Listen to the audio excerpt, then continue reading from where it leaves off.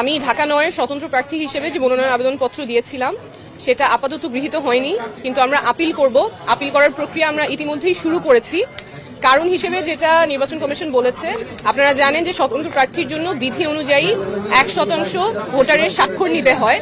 সেই 1% ভোটারের সংখ্যা যা হয় তার চেয়ে আমরা বেশি স্বাক্ষর সাবমিট করেছি, প্রায় 200-র মতো বেশি ছিল।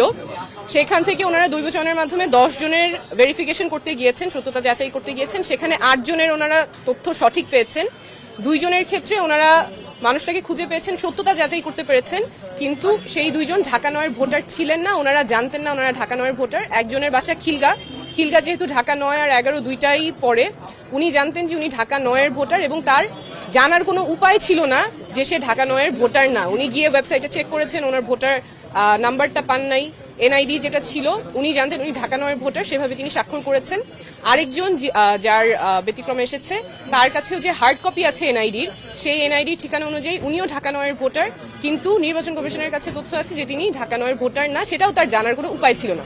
তো যেই 2 জনের কথা ওনারা বলেছেন যাদের সত্যতা পেয়েছেন কিন্তু ঢাকা 9-এর ভোটার না, এই 2 জনের ক্ষেত্রেই তাদের জানার কোনো উপায় ছিল না যে তারা কোন এলাকার ভোটার এবং ঢাকা 9-এর ভোটার না। ওনারা জানতেন যে ওনারা ঢাকা 9-এর ভোটার, সেই অনুযায়ী ওনারা স্বাক্ষর দিয়েছেন এবং নির্বাচন কমিশন কোনো উপায় রাখে নাই ভোটারদের জানার জন্য যে তারা কোন আসনের ভোটার কিংবা ভোটার নাম্বার কত।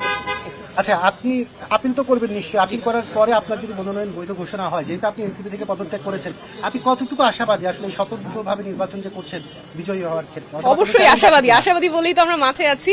আমাদের যেই যাত্রা, আমাদের যে লড়াই, স্বচ্ছতা জবাবদিহিতার রাজনীতির লড়াই, এটা জারি থাকবে।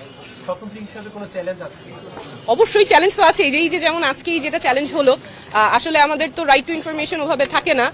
যারা এত কষ্ট করে স্বাক্ষর দিয়েছেন তাদের জন্য নির্বাচন কমিশন কোনো উপায়ও রাখে নাই জানার যে তিনি কোন আসনের ভোটার। আমরা এত কিছু বলি, আমাদের অধিকারের কথা বলি, কিন্তু এই বেসিক তথ্যটা জানার পর্যন্ত আমাদের কোনো উপায় রাখা হয় নাই।